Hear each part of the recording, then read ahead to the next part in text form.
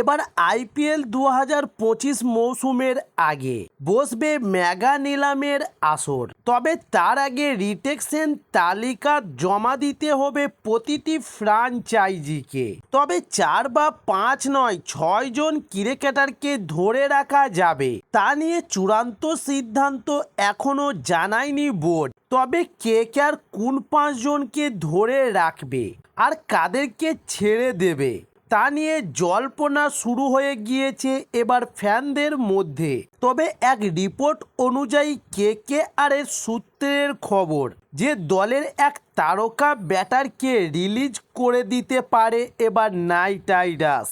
তবে মাত্র 20 লক্ষ টাকায় সেই ক্রিকেটারকে কিনেছিল কলকাতা নাইট রাইডার্স এবং নাইটদের জার্সিতে নিজেকে প্রমাণ করে জাতীয় দলে সুযোগও পেয়েছিলেন তিনি। 2021 সাল থেকে আইপিএলে নাইট রাইডার্সের হয়ে খেলছেন তিনি। সেই ক্রিকেটারের নাম হলো ভেঙ্কটেশ আয়ার। 2021 সালে কেকেআরে যোগ দেয় 10 ম্যাচে 370 রান করেছিলেন তিনি। তবে 2021 সালে কেকেআরের ফাইনালে পৌঁছানোর বড় ভূমিকা ছিল ভেঙ্কটেশ আয়ারের। তবে আবার 2022 সালে খুব একটা ভালো হয়নি ভেঙ্কটেশ আয়ারের জন্য এবং 2023 সালে 404 রান করেছিলেন আয়ার। সঙ্গে কেকেআরের দ্বিতীয় ব্যাটার হিসাবে আইপিএলে করেছিলেন সেঞ্চুরি এবং আইপিএল 2024-এ কেকেআরের জয়ের পিছনেও বড় ভূমিকা রয়েছে ভেঙ্কটেশ আয়ারের।